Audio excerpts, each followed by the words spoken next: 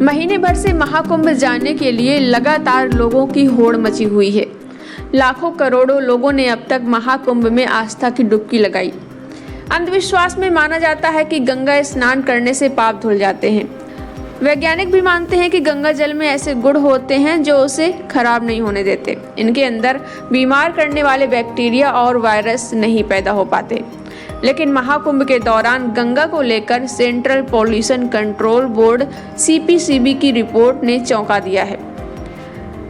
एक रिपोर्ट के मुताबिक CPCB की रिपोर्ट में बताया गया है कि महाकुंभ के दौरान प्रयागराज में मौजूद गंगा बैक्टीरिया से प्रदूषित है।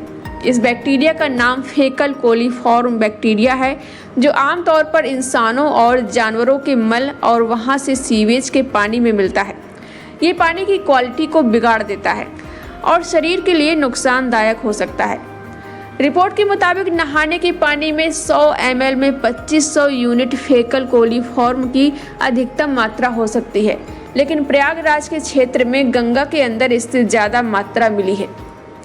इंद्रप्रस्थ अपोलो हॉस्पिटल के डॉक्टर ने बताया कि कुंभ से आने वाले लोगों को किस तरह की दिक्कतें हो रही हैं। आइए जानते हैं फेकल कोलीफॉर्म बैक्टीरिया क्या है। बता दें, कोलीफॉर्म बैक्टीरिया एक समूह है जिसमें कई सारे बैक्टीरिया आते हैं। Washington state department of health WSDOH के मुताबिक ये बैक्टीरिया इंसानों और जानवरों की आंतों व मल में होता है। ये खुद कोई खतरनाक बीमारी नहीं करता है, लेकिन पानी में इसकी मौजूदगी दूसरे खतरनाक बैक्टीरिया का संकेत हो सकती है। बीमार करने वाले अधिकतर पैथोजेन इंसानों व जानवरों के मल से आते हैं।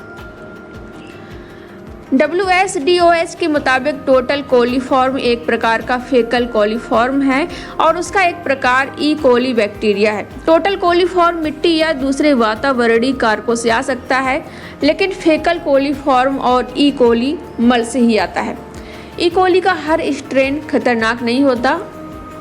डॉक्टर्स के मुताबिक कुंभ से वापस आने वाले लोगों में स्वास्थ्य समस्याएं दिख रही हैं, लेकिन इतने बड़े स्तर और भीड़ के कार्यक्रम में ऐसा होने की उम्मीद थी। कुछ लोगों में गैस्ट्रोएंटेराइटिस की समस्या दिख रही है, जिसमें उन्हें उल्टी, दस्त आदि हो रही है। डॉक्टर्स ने यह भी कहा कि लोगों में वायरल बुखार और रेस्पिरेटरी ट्रैक्ट इन्फेक्शन के लक्षण जैसे नाक बहना, छींकना, खांसी और जुकाम दिख रहे हैं, जो कि ठंड में नहाने के स्वाभाविक परिणाम है। इसके अलावा लोगों को स्किन रैशेज की भी दिक्कत दिख रही है। वहीं प्रयागराज के संगम में प्रदूषित पानी के मामले में NGT में आज बुधवार 19 फरवरी को सुनवाई हुई। मामले पर NGT ने यूपी सरकार पर सवाल खड़े किए और नाराजगी भी जताई।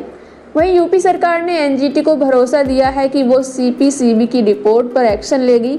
मामले की अगली सुनवाई 28 फरवरी को होगी। सुनवाई के दौरान यूपी सरकार की वकील ने कहा कि CPCB ने टेस्ट रिपोर्ट नहीं लगाई है। यूपी PCB ने भी रिपोर्ट फाइल की है और अपना पक्ष रखा है। इस पर NGT ने सवाल पूछा कि क्या यूपी सरकार CPCB की रिपोर्ट पर सवाल खड़े कर रही है। वकील ने कहा कि यूपी सरकार चाहती है कि CPCB अपनी रिपोर्ट के साथ टेस्ट रिपोर्ट भी दे।